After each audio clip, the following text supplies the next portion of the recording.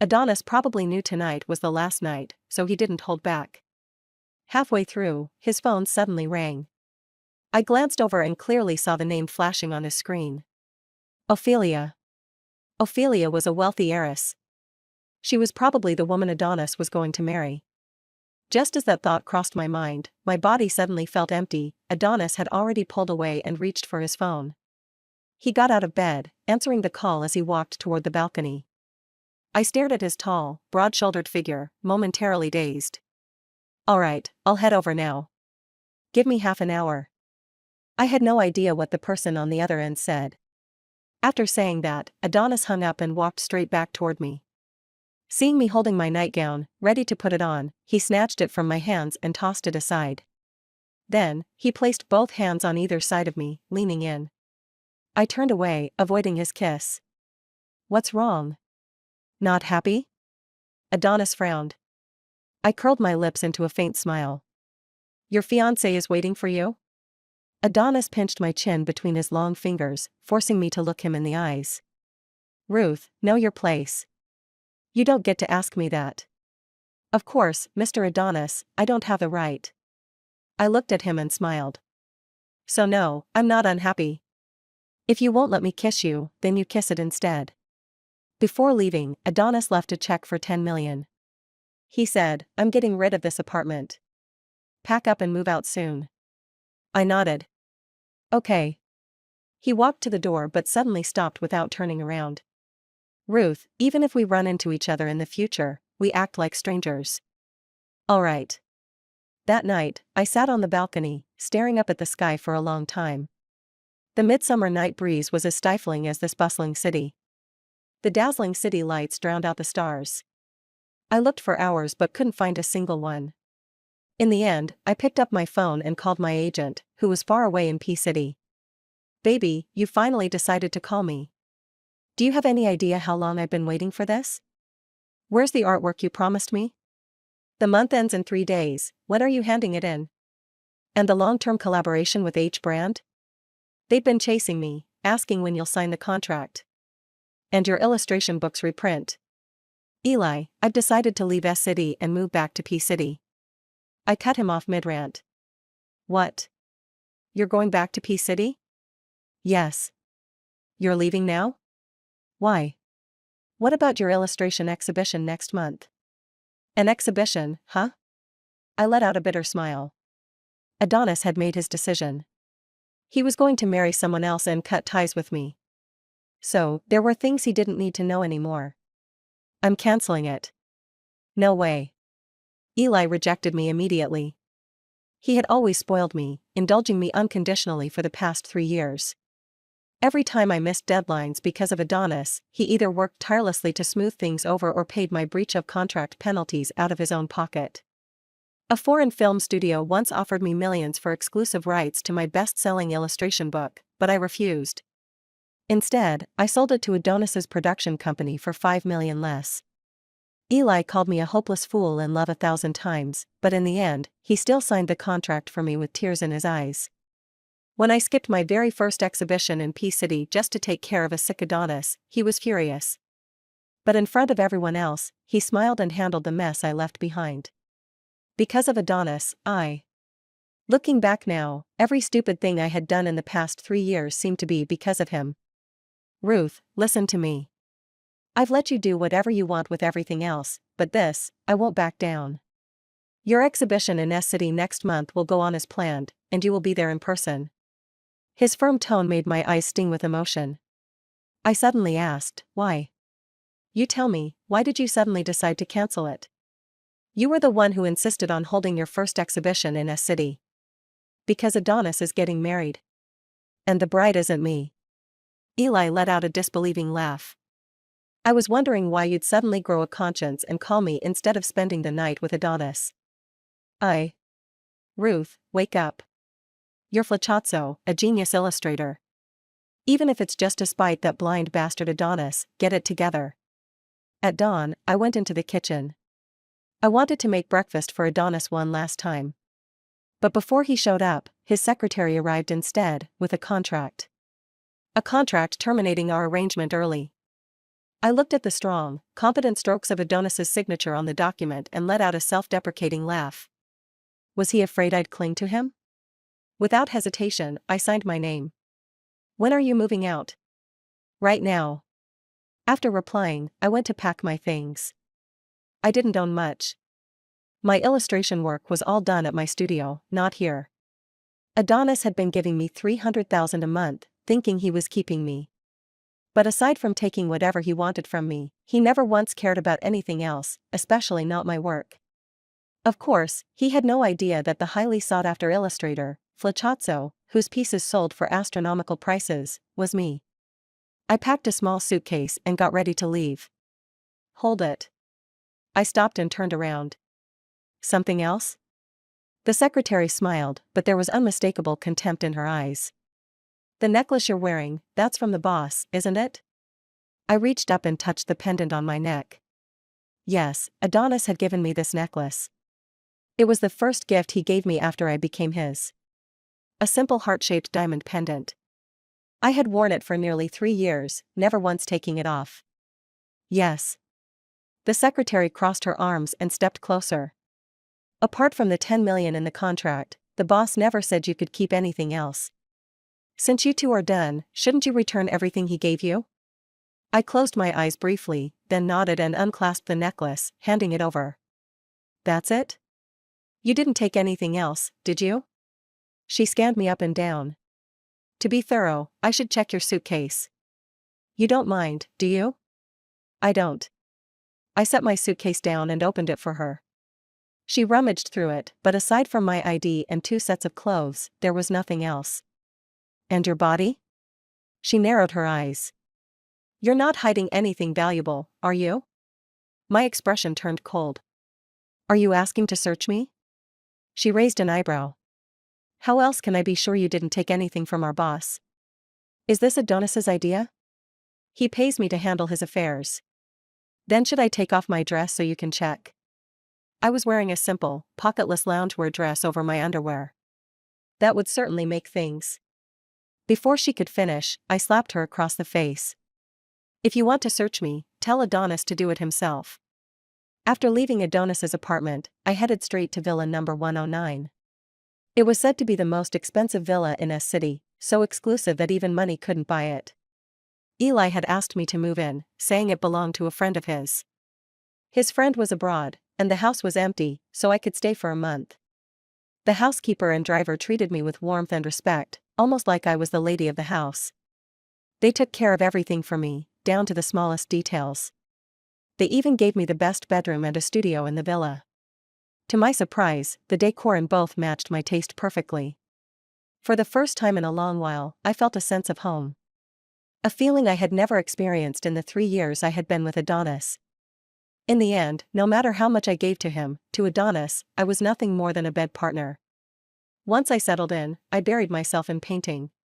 The moment I submitted all my overdue commissions, a weight lifted off my shoulders. It was the first time in 3 years I had turned in my work on time. After that, I focused on preparing for my illustration exhibition. That night, after discussing work with the curator over dinner, I wandered the streets aimlessly. As I walked, I suddenly saw Adonis's face on a massive screen up ahead. And Ophelia. They were engaged. Ophelia stood beside him, their fingers intertwined, gazing into each other's eyes. Love-filled, tender, intimate. I stood frozen, staring at the screen as memories surfaced, the first time I met Adonis when I was 14. People used to say my mother was a mistress, that she was driven to suicide by the man's wife. On the day she died, she sent me out on an errand. By the time I came back, an ambulance had already arrived. I saw them carrying her bloodied, barely breathing body into the vehicle. I didn't understand what had happened. A neighbor grabbed me, shoving me into the ambulance. I watched as the paramedics frantically tried to save her. But the blood kept pouring from her mouth and nose. I felt completely numb. It wasn't until they took her into the emergency room that I finally burst into tears. Only heaven knew how helpless and terrified I was. But then, the nurse told me I needed to pay 50,000 yuan before they could treat her. I was only 14. Where was I supposed to get that kind of money? Without thinking, I dropped to my knees, begging them to save my mom first. The nurse insisted it was hospital policy. But I had nothing. All I could do was keep begging, over and over.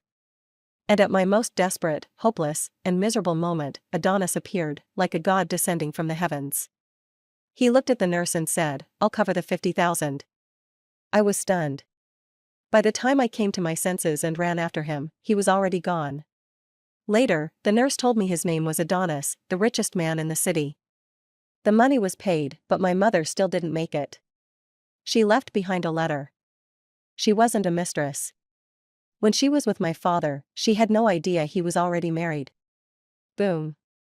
The summer sky changed as quickly as a child's mood. Before I could react, the rain poured down in torrents. I kept staring at the screen, at the couple locked in a kiss. Maybe it was the rain getting into my eyes. A warm liquid slowly welled up and spilled over.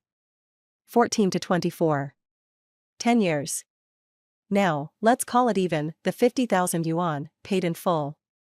From this moment on, Adonis and I had nothing to do with each other. I turned to leave. But suddenly, a black umbrella appeared over my head. Startled, I whipped around. A Rolls-Royce Phantom was parked a short distance behind me. The back window rolled down, revealing two familiar faces. The same ones from the screen just now. "Ruth, what a coincidence running into you here." Through the curtain of rain, Ophelia smiled sweetly. "Come on, get in. It's pouring, we'll give you a ride home." My gaze bypassed her and landed on Adonis. He was expressionless. The moment our eyes met, his gaze turned cold, filled with unmistakable disdain. "Ruth, don't just stand there. Get in." Ophelia urged again. I had met Ophelia before, once, at a cafe. She had approached me and struck up a conversation. We had exchanged numbers. I didn't know what I was thinking, but before I realized it, I had gotten into the car. But the moment I sat in the front passenger seat, I regretted it. "Ruth, let me introduce you. This is my fiancé, Adonis. And this is my friend, Ruth." At that, my entire body tensed. Only for a moment, though. I forced myself to calm down, turned back with a smile, and greeted him. "Mr. Adonis, nice to meet you." His response was brief, carrying a hint of disgust. "Hello. Adonis, my friend is soaked. Why don't you lend her your jacket?" I glanced down at myself. I was drenched, my clothes clinging to my skin, my underwear faintly visible. "Fido, give her your coat." Adonis's voice was cold as he ordered the driver. The middle-aged man immediately complied, taking off his jacket. I swallowed back the lump rising in my throat and forced a smile. "Thank you." There was a time when just shaking hands with another man, or even talking to one, would make Adonis furious. He would always make me pay for it when we got home. But now, he was casually telling a 40-something driver to give me his coat. The line between us had never been clearer. In that moment, I finally understood. Adonis never loved me. If he had, even just a little, how could he turn so cold, so heartless, in just a few days? "Fido's coat smells like sweat." "My friend can't wear that," Ophelia pouted. Adonis glanced at me, then reached out to tilt Ophelia's chin up. "Baby, you really don't mind giving your husband's coat to another woman?" Baby. How many times had he called me that in the past? "Ugh, you're so annoying." Ophelia giggled, then turned to me. "Sorry, Ruth. If you don't mind, you can just use Fido's coat for now." "I don't mind." I took the coat from the driver and quickly wrapped it around myself. "By the way, where do you live?" "We'll drop you off." Ophelia asked. I told her my address. "Ruth, this villa must be worth at least a few billion. Is it your boyfriend's?" "I never knew you had such a rich boyfriend." I smiled but didn't respond to Ophelia's comment. Instead, I took off my coat and handed it to the driver. Outside the car, a servant stood holding an umbrella, waiting for me. "No need," I said. Just as the driver was about to take my coat, Adonis's cold voice interrupted. "Fido, have my secretary buy you a new one later." "Yes, Mr. Adonis." The driver agreed with a grin. My hand froze in midair for a few seconds before I slowly withdrew it. "I'll transfer the money for the new coat to Miss Ophelia later. Thank you for giving me a ride back." With that, I opened the car door and stepped out. Out of the corner of my eye, I caught a glimpse of Adonis's face, dark and stormy, just like the sky above. "Hey, Ruth, we're getting married on the 27th this month. I'll have someone send you an invitation. You have to come to our wedding." The 27th. What a coincidence. That's the day of my art exhibition. Sure, I agreed without hesitation, feeling absolutely nothing inside. As soon as I got out of the car, Tara, the housekeeper, quickly held the umbrella over me, shielding me from the rain. "Oh dear, Miss Ruth, how did you get so drenched? You're freezing. You'll catch a cold at this rate. Hurry inside and take a hot bath. I'll make you some ginger tea." I wasn't sure if it was the cold wind or something else, but my eyes suddenly stung with tears. Why did Tara remind me so much of my mother? That night, I was dozing off with a book in my hands when my phone suddenly rang. It was an unfamiliar number. I answered. "Ruth, it's only been a few days, and you've already blocked me completely?" Adonis's gritted voice came through the phone. At that moment, he was standing in the walk-in closet of the master bedroom where he and I had lived together for 3 years. He stared at the neatly stacked piles of cash, $3.6 million in total, and the $10 million check. His forehead veins bulged with fury. 3 years. $3.6 million. Plus, a $10 million settlement. Not a penny more, not a penny less. And everything he had ever given me, I had left behind, every last bit of it. The drowsiness vanished instantly. I asked calmly. "Is something wrong, Mr. Adonis?" "Right now. Immediately. Get your ass back here." "Back where?" I chuckled. "Mr. Adonis, we signed a contract." "What? Found a bigger backer, and now you dare go against me?" Adonis had already looked into it. House number 109. A property under Harold's name. His family wasn't just powerful in S-City, nationwide, they were untouchable. "Mr. Adonis, you must be joking." At that moment, I felt something I had never felt before, utter disappointment. My heart died completely in that instant. Not a ripple, not a single trace of emotion left for him. "If there's nothing else, Mr. Adonis, please uphold the contract and stop bothering me." "Ruth, when exactly did you start hooking up with Harold?" "What, you think just because you left all the money and gifts behind, it erases the fact that I kept you as my mistress? That it makes it okay for you to spread your legs for Harold? Even if Harold spoils you now, you're still just a woman I got bored of and discarded." I closed my eyes and took a deep breath. "Mr. Adonis, do whatever you want with the money and the things. I don't want any of it." Eli flew into S-City 2 weeks early for my exhibition. If we didn't count video calls, we hadn't seen each other in almost 2 years. It wasn't that Eli didn't want to visit me in S-City, I was the one who kept stopping him. I was afraid Adonis would find out about my identity as Flacazzo. Even more afraid he'd be unhappy seeing how close I was with Eli. So I always made up excuses to keep him away.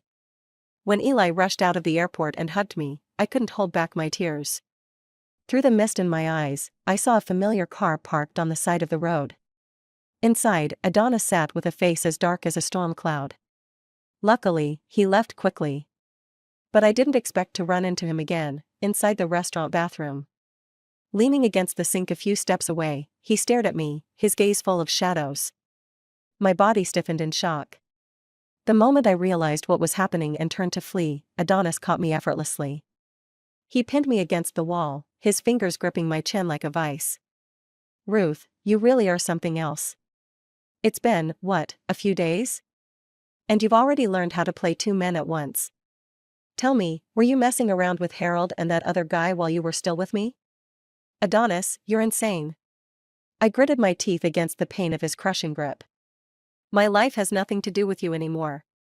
Adonis let out a cold, mocking laugh. "What right do you have to act high and mighty in front of me? You're the daughter of a homewrecker. A woman who can only survive by clinging to men. What makes you think you can act superior to me?" I shut my eyes. "You knew all along that I was the girl kneeling outside the ER 10 years ago?" "Yes." His voice dripped with contempt. "Your mother was a mistress. Do you really think you'd turn out any better?" "My mother was a mistress. So I must be the same?" This was the man I had loved for 10 years. The man I had willingly hidden in the shadows for. The man I had served like a housemaid for 3 years. I laughed. The last trace of gratitude or affection I had for him completely vanished. Yes, Adonis.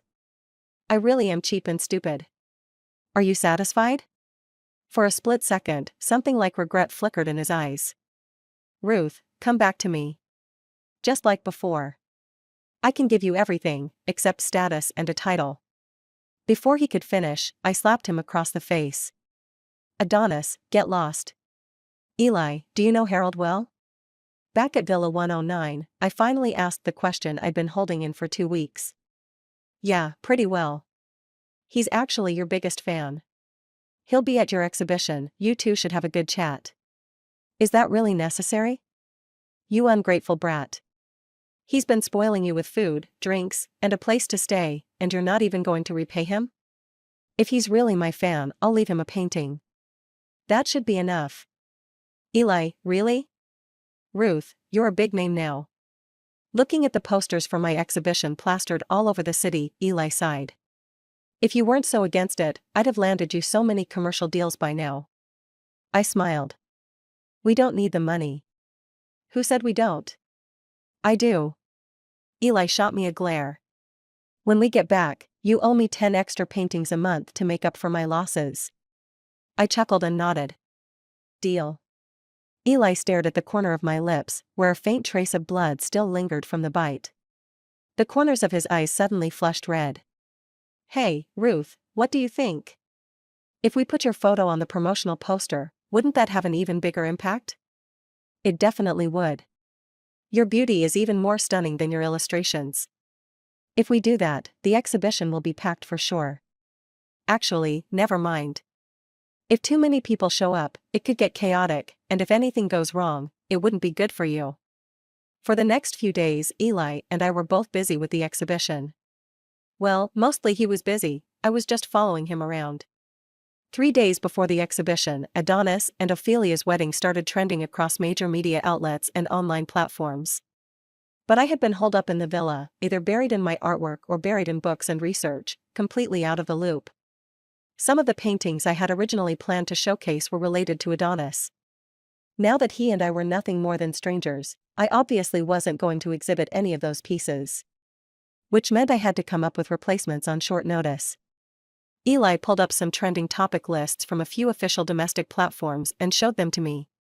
Look, sweetheart, check this out.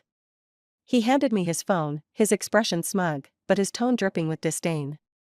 They can try all they want to hype up that wedding, but they still can't steal the spotlight from you. On the trending list, 3 of the top 4 spots were about me. One article reported that one of my paintings had sold for a staggering $70 million. Another claimed that someone had vowed to buy out every piece at my exhibition. As for Adonis and Ophelia's wedding, it barely made it into the top 10. Did you pay to put me on the trending list? Eli's eyes widened before he flicked his wrist, dramatically jabbing a finger at my forehead. You really think I'm the kind of guy who wastes money like that?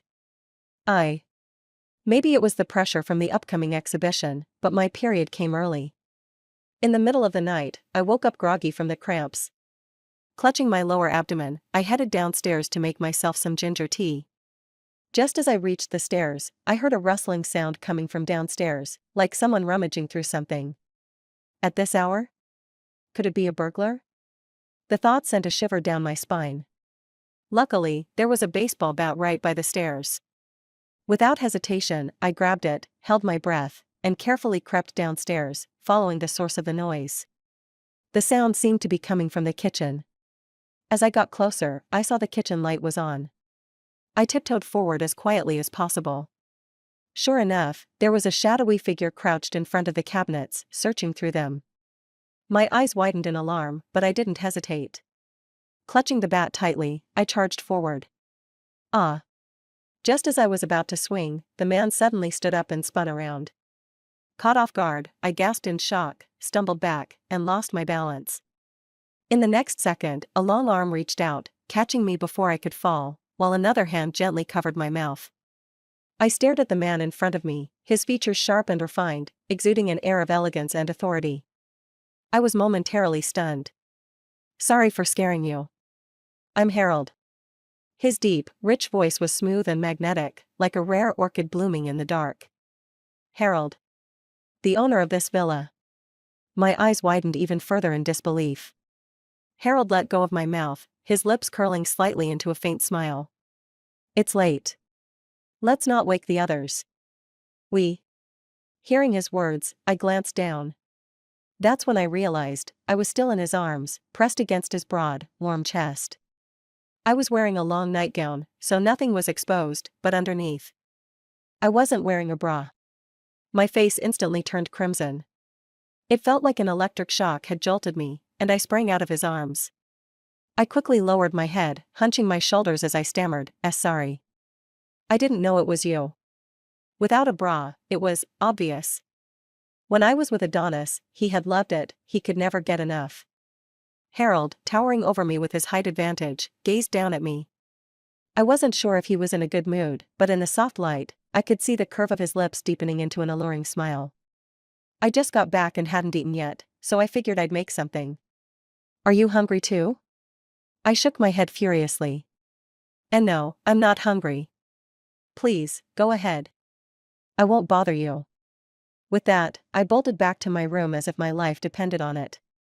Leaning against the door, I clutched my wildly pounding chest. My breath came in short, rapid gasps, my face burning. I had almost completely forgotten about the pain in my abdomen. That was beyond embarrassing. Now that Harold was back, and after what just happened, wouldn't it be better for me to move out? Yes, I should move out. Otherwise, I wouldn't know how to face him over the next few days. I decided that as soon as morning came, I'd talk to Eli about it. Crawling back into bed, the cramps returned in full force, making sleep impossible. Then suddenly, there was a knock at the door. I tensed up, holding my breath. I made some ginger tea for you. Want some? And do you need any painkillers? Harold. How did he know I was on my period? Confused, my heart started racing again. I got up, threw on a coat, and opened the door. Harold stood outside, holding a tray.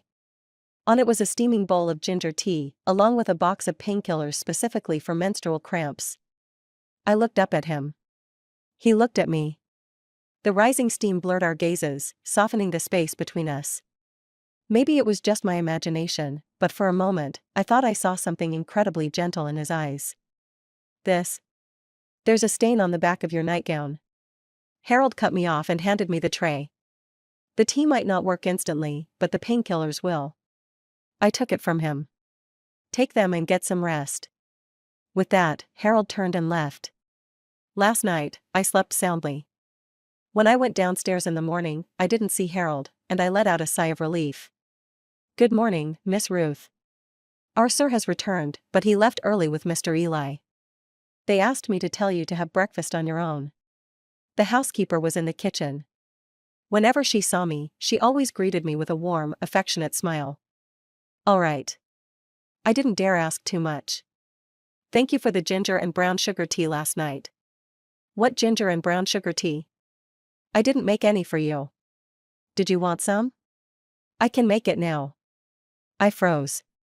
That thick, steaming bowl of ginger and brown sugar tea last night wasn't made by Tara? Could it have been Harold? That noble, highly respected young master of a prestigious family, making ginger tea for me in the middle of the night? Then, do we have any medicine for menstrual cramps at home? Are you having cramps? I'll go buy some right now. I'm an old woman, well past menopause. There's never been any other girls in this house, so why would we have that kind of medicine? Seeing my stunned expression, the housekeeper chuckled. Wait here for a bit. I'll be back soon. No need, I already took something. Hurriedly, I reached out to stop her. Tara paused for a moment, then held my arm in concern. When did your period start? Is your stomach hurting? Sit down, I'll take care of breakfast. I nodded numbly, letting Tara half support, half push me to the couch in the living room. Miss, our sir is truly a good man. Right? She beamed. Our sir is wonderful in every way. The only problem is, he's getting older but refuses to date or get married. His parents are worried sick. Harold's mother came from an aristocratic family as well. As an only child, she had only one son, Harold. Naturally, he was the sole heir of both families. I smiled but didn't continue the conversation. To avoid running into Harold, I stayed in the art studio after breakfast and didn't go out. The exhibition was the day after tomorrow. Since I had some free time, I wanted to finish the painting I had planned as a gift for Harold. After much thought, I decided to make a splashing painting for him. The canvas was quite large. I secured the paper against the floor-to-ceiling glass window. The upper part was so high that I had to stand on a stool to reach it. I was so immersed in painting that I didn't even notice when the sun had set. Even more so, I didn't realize someone was standing at the doorway. By the time I laid down the final stroke and stepped off the stool, I felt completely drained, like a deflated balloon. I was so thirsty. So hungry. I set down my brush, ready to head downstairs for food, but the moment I turned around, I locked eyes with a pair of deep, brilliant eyes that seemed to hold 1,000 stars. That gaze landed firmly on me, warm and intense. I froze. Huh. My throat was parched. I swallowed. Mr. Harold, how long have you been standing there? An hour. Maybe more. Harold stood there, watching me with an unreadable smile. I didn't know what that smile meant. Feeling a bit self-conscious, I looked away. I'm starving. Is there dinner? Yes. It's been ready for a while. Just waiting for you. I nodded quickly, feeling inexplicably hot in the face. Then let's go eat. All right. To escape the awkward atmosphere, I kept my head down and hurried past him. Even though I didn't turn around, I could clearly feel Harold following behind me, keeping a steady 2-meter distance. Baby, you finally finished painting? The moment I reached the dining room, Eli's dramatic wail rang out. If you took any longer, we would have had to call it a midnight snack instead of dinner. Tara, serve the food.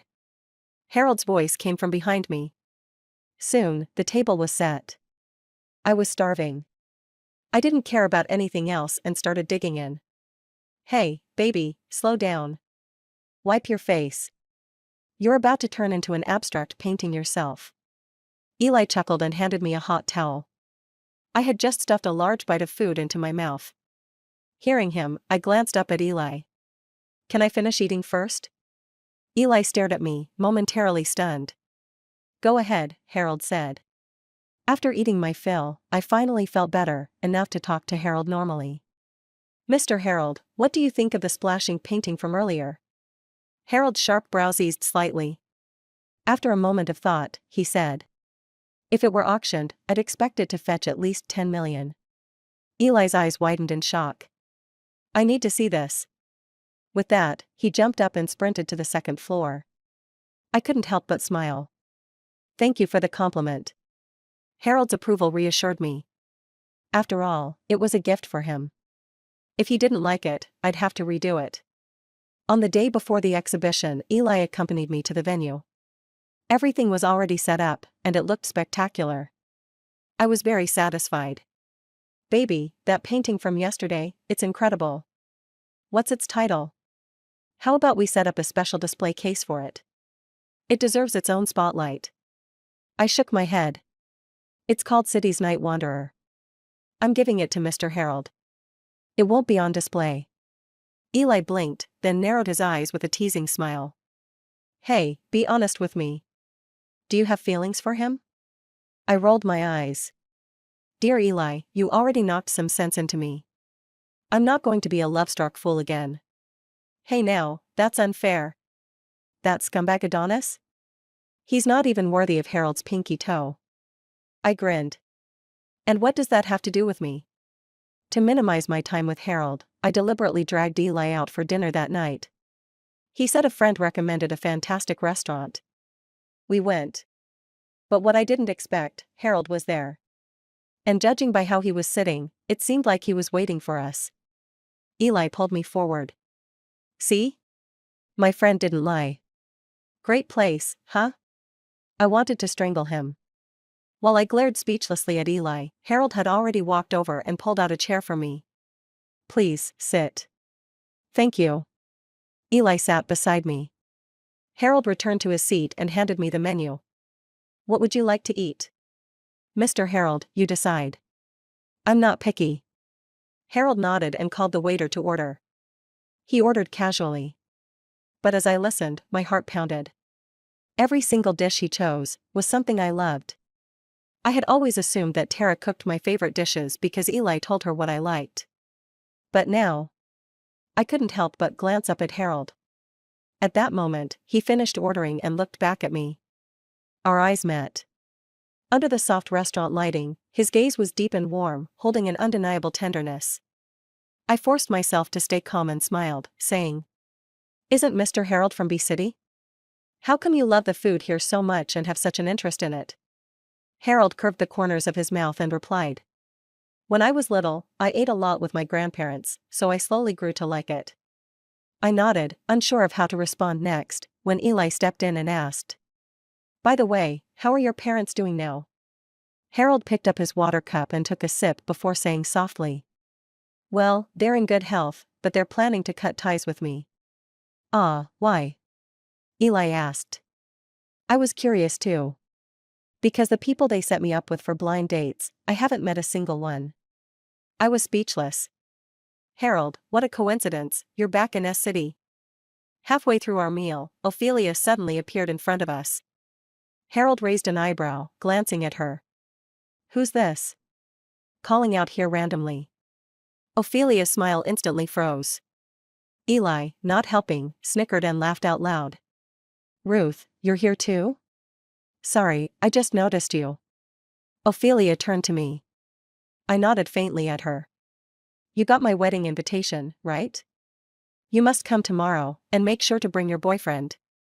I really didn't want to engage much, so I just replied, "Okay." Although I wasn't going, I would make sure the red envelope got delivered. "By the way, what's your boyfriend's name?" "Tell me, I'll make sure to arrange a seat for you both." Eli rolled his eyes. "I don't have a boyfriend right now." "No boyfriend? But a few days ago, you told me about your boyfriend. You said he was rich and that you had a great relationship. What happened?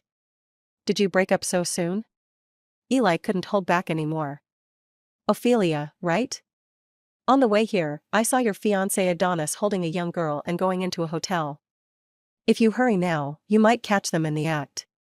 Eli deliberately raised his voice, and the people at nearby tables started looking their way. Now it was Ophelia's turn to turn pale. "Who are you? Do you know my husband? Stop shouting here." Eli sarcastically chuckled. "Oh, you guys are buying hot searches with all your money these days." "I'm not blind. How could I not recognize that ugly guy Adonis? He's unforgettable, even if I wanted to forget. Better go now, or it'll be too late to catch him in the act." Ophelia was so angry her face almost twisted. She stomped her foot and walked off. I gave Eli a big thumbs up under the table. His ability to make up lies with his eyes wide open was getting better and better. If you want to compliment me, just say it. Holding it in must feel uncomfortable. I looked up, and unexpectedly, my gaze locked with a pair of incredibly deep and bright black eyes. For a moment, I froze, quickly looking away from Harold's eyes. "Do you need a boyfriend?" "Huh?" I was completely caught off guard, my face quickly turning red. "It's nothing." Harold withdrew his gaze. "Let's eat." The rest of the meal felt tasteless. After returning to Villa 109, I made up an excuse to retreat to my room and didn't go out. There was this strange heaviness in my chest, as if something was blocking it. After a shower, I went to the bedroom balcony in my long nightgown to get some fresh air. As soon as I opened the balcony door, I noticed a tall, slender figure on the balcony of the next room. It was Harold. He had already showered and was wearing a dark blue bathrobe. But the robe wasn't tied, so his well-defined chest and abdomen were fully visible. I didn't realize the next room was Harold's. I froze for a second, then realized and was about to retreat, but then I heard Harold call my name. "Ruth." I closed my eyes for a moment and had to stop in my tracks. The next second, I heard a soft thud. I looked up quickly and saw Harold effortlessly leap over the balcony railing and land right in front of me. "What's up?" Harold stepped forward, coming close to me and said, "The question I asked you at the restaurant, you haven't answered yet." "What question?" Harold's chest trembled lightly as he let out a low, alluring laugh. Ruth, do you need a boyfriend? I happen to need a girlfriend. How about we give it a try? I furrowed my brow, biting my lip. Harold, I'm not sure right now. Ruth, you don't have to answer me right away. Harold interrupted, give me an answer after your art exhibition ends. With that, Harold lowered his head and kissed the top of my head. Then he turned and jumped back to his room's balcony. I looked over. He was looking at me too. Our eyes met, and he smiled at me. The smile was gentle and full of affection. Get some rest. Okay, good night. I returned to my room, and my phone suddenly rang with an unknown number. I answered it without thinking. Ruth, who are you really? What's your background? When I heard Adonis's voice, I initially thought he was calling to yell at me for the rumors Eli spread during dinner. But to my surprise, he was now questioning my identity. Does it have anything to do with you? I hung up the phone immediately and blocked the number. Then I turned off my phone and went to sleep. Meanwhile, Adonis threw his phone angrily across the room. For the past few days, he'd been getting people to subtly inquire about Ruth's background from the servants. The servants said that Ruth and Harold were just friends, and so was Eli. Ruth spent most of her time in the villa painting. Ruth's paintings were really good, and Harold liked them a lot. The servants also mentioned that Ruth seemed to be busy with some art exhibition recently. Connecting that with the huge buzz around the genius artist Flacciazzo, who was holding an illustration exhibition in S-City tomorrow. There were rumors that Flacciazzo was from S-City, a stunning beauty, and only 24 years old. All of this perfectly matched Ruth's information. Then Adonis remembered seeing Ruth sketching something in a notebook once. He started to panic, getting confused. No. He tried to convince himself. Ruth wasn't Flacciazzo. She couldn't be. Otherwise, why would she hide it from him if she loved him so much? If she told him she was Flacciazzo, he could marry her. Because Flacciazzo's status would cover up any imperfections in her past.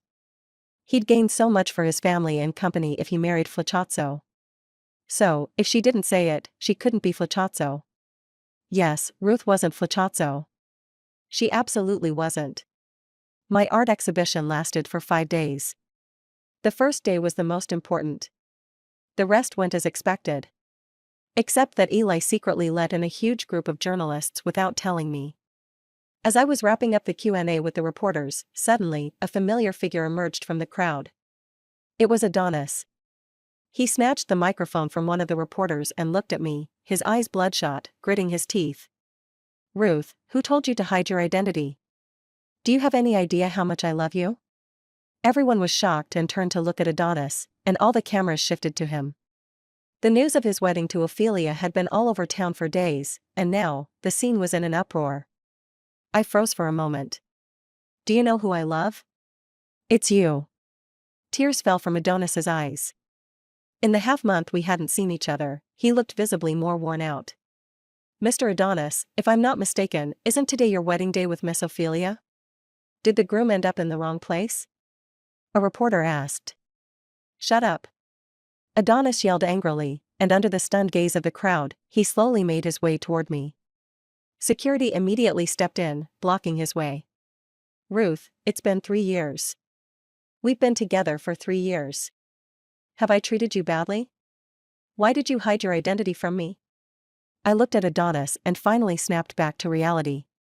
Mr. Adonis, we broke up a month ago. That's because you lied to me. If you had told me earlier that you were Flacciazzo, I never would have broken up with you.